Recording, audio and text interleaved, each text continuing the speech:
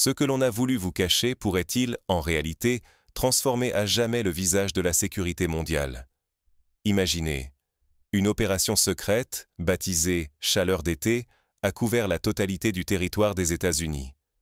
Ce n'est qu'aujourd'hui que l'existence de cette manœuvre d'une ampleur inédite vient d'être révélée au grand public, alors même qu'elle s'est déroulée dans un silence absolu. 20 agences fédérales ont agi comme un seul homme, sans aucune fuite, sans le moindre signe d'alerte. Pour la première fois depuis des décennies, l'ensemble des services de sécurité du pays ont uni leurs efforts dans l'ombre, à une échelle que personne n'aurait pu imaginer. En seulement quelques semaines, la quasi-totalité des criminels les plus dangereux ont disparu des rues américaines. On parle ici des profils les plus violents, les plus recherchés, qui semblaient intouchables. Résultat, la criminalité a brutalement chuté de 20% sur l'ensemble du pays. Un chiffre qui aurait pu faire la une de tous les médias si, justement, cette opération n'avait pas été tenue secrète jusqu'à présent. Mais ce qui intrigue, c'est que tout cela ne ressemble en rien à une simple action coup de poing contre la délinquance. Aujourd'hui, de nombreux experts s'accordent à dire que « Chaleur d'été » ne serait que la partie émergée d'un plan beaucoup plus vaste, peut-être une répétition générale pour des interventions coordonnées à une échelle encore jamais vue. Pourquoi un tel déploiement de force et pourquoi maintenant? Quelle est la véritable finalité de cette démonstration de puissance discrète, alors même que l'Amérique traverse une période de tension interne et de bouleversement à l'international? Ignorer les signaux que révèle Chaleur d'été, c'est prendre le risque de perdre le contrôle de sa propre sécurité et de subir des changements majeurs sans s'y préparer. Car ce qui se joue en coulisses dépasse très largement la simple question de l'ordre public. Avant de spéculer sur les intentions cachées derrière cette opération, penchons-nous d'abord sur son contexte, ses origines et les dessous qui pourraient expliquer sa mise en œuvre si particulière. Pourquoi n'a-t-on jamais vu un tel niveau de coordination en 20 ans? Ce que révèle l'opération Chaleur d'été dépasse tout ce que les États-Unis ont connu depuis une génération. Derrière ce nom anodin se cache une mobilisation nationale inédite, réunissant pas moins de 20 agences fédérales, toutes alignées comme une seule entité, déployées sur l'ensemble des 50 États, sans la moindre fuite, sans le moindre avertissement public. En l'espace de quelques semaines, 8700 criminels parmi les plus dangereux ont été arrachés à la rue. Ce chiffre, glaçant, montre l'ampleur des réseaux criminels qui parvenaient encore, hier, à opérer en toute impunité sur le territoire américain. Le public, hypnotisé par les annonces officielles, ignore souvent que ces arrestations ne sont qu'une facette d'un plan beaucoup plus vaste.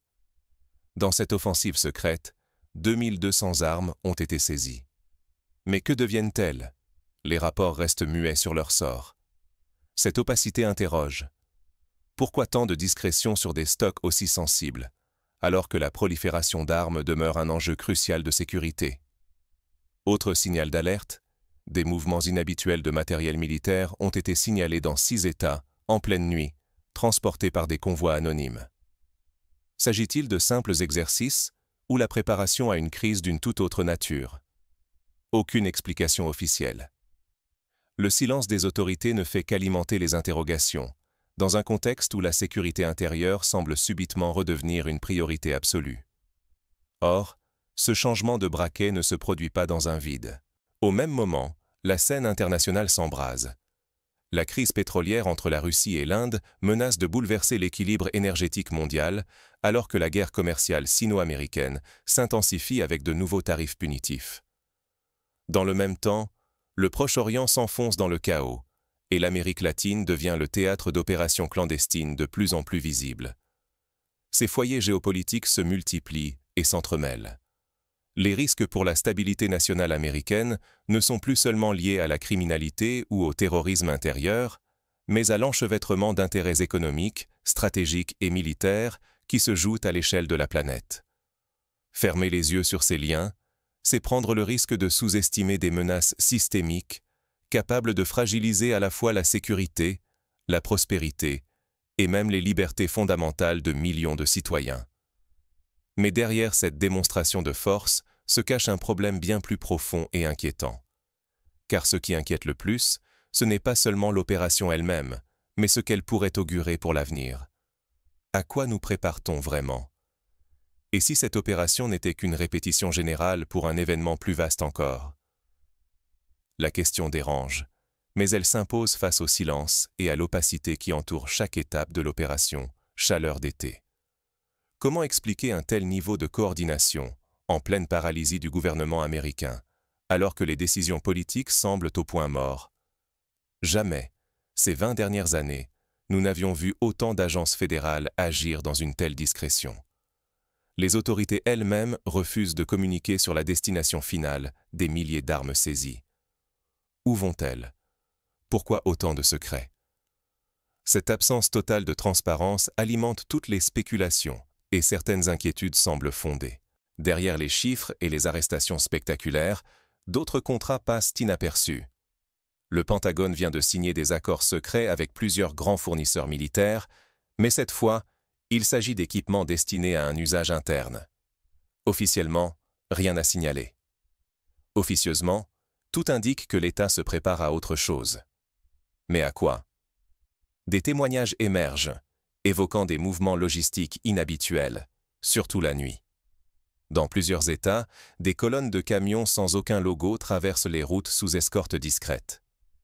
À chaque fois, les questions restent sans réponse. Les témoins parlent d'une tension inédite, comme si le pays répétait une mobilisation d'urgence, à huis clos.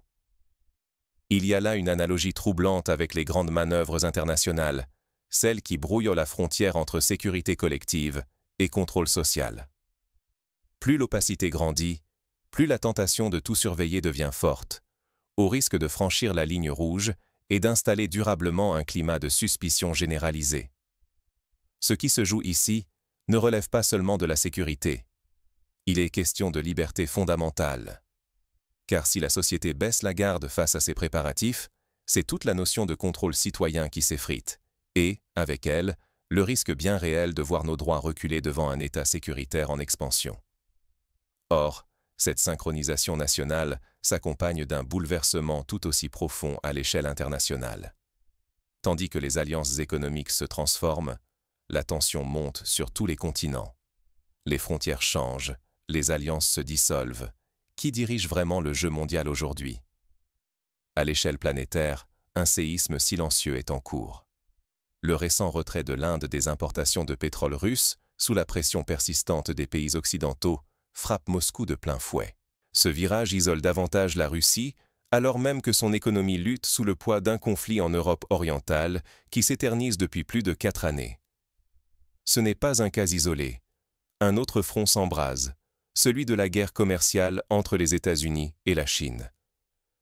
Les droits de douane atteignent désormais 100% sur certains produits stratégiques. La tension atteint des sommets. Chaque transaction, chaque cargaison, devient un enjeu de puissance et de survie économique. La carte des échanges mondiaux se redessine à toute vitesse. Les routes commerciales traditionnelles s'effritent au profit de nouveaux acteurs.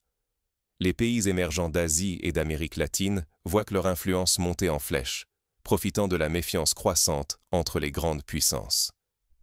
Les corridors maritimes et terrestres changent de propriétaire, bouleversant les schémas établis depuis des décennies.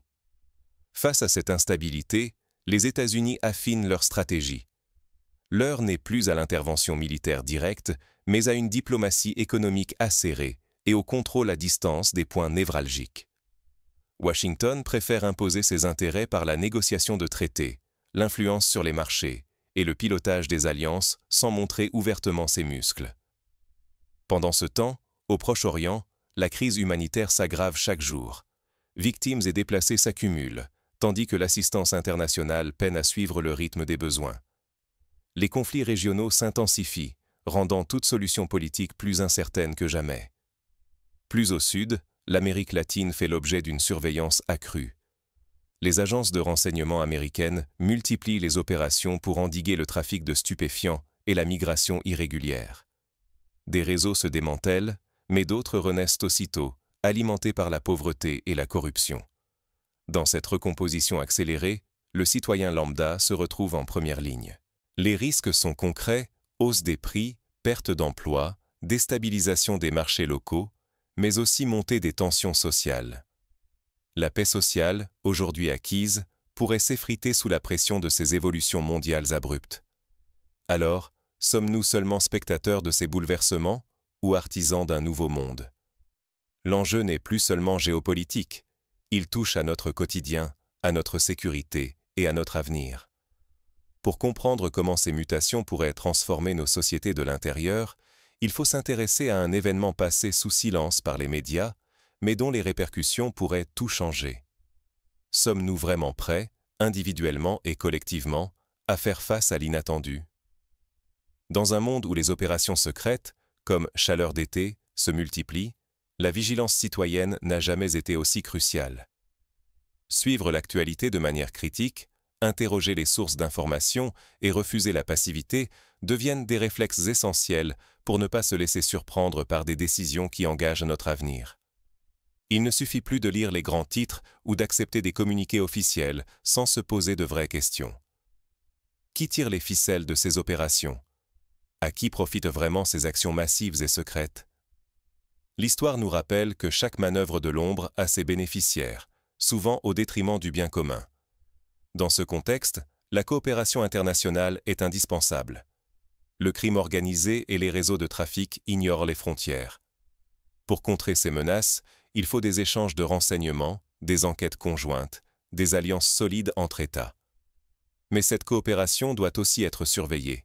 Le public doit s'assurer qu'elle sert l'intérêt général et non des logiques d'influence cachées. Face à tant d'opacité, la société dispose pourtant d'atouts considérables. L'expertise collective, nourrie des témoignages locaux et de l'ouverture au dialogue international, peut faire la différence.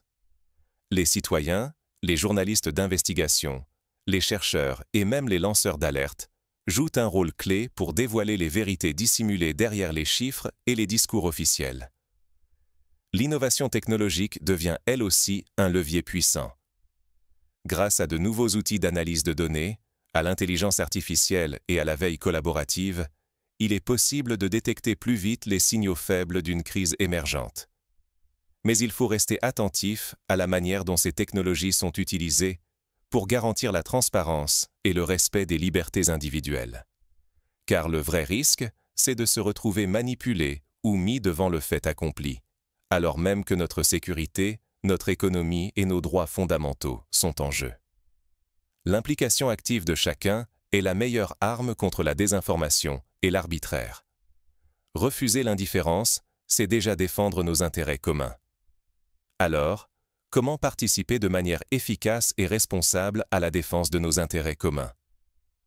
C'est ce que nous allons explorer ensemble.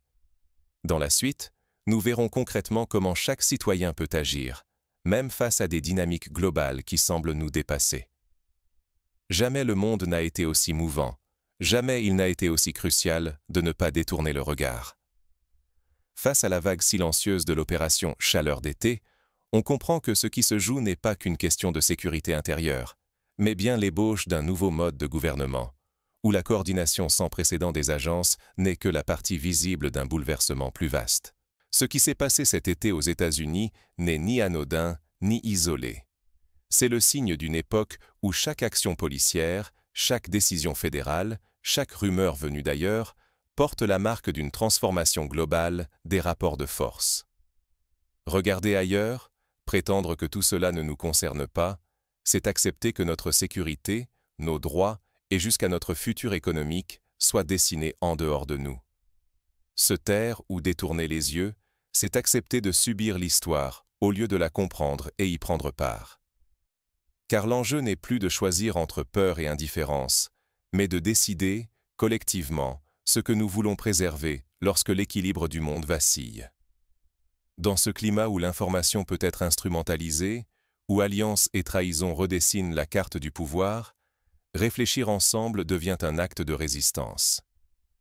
Ce qui s'est passé aux États-Unis n'est qu'un avant-goût des défis à venir, et la frontière entre l'ordre et le chaos se rétrécit partout, chaque jour un peu plus. À l'heure où l'incertitude règne sur l'économie mondiale, où le mot liberté se conjugue souvent au passé, une question demeure. Sommes-nous prêts à affronter ce qui vient, ou préférons-nous rester spectateurs? Partagez vos observations, vos inquiétudes, vos espoirs. Le dialogue est la première marche vers la lucidité collective. Restons vigilants, questionnons les évidences, restons attentifs aux signaux faibles qui, demain, pourraient changer la donne.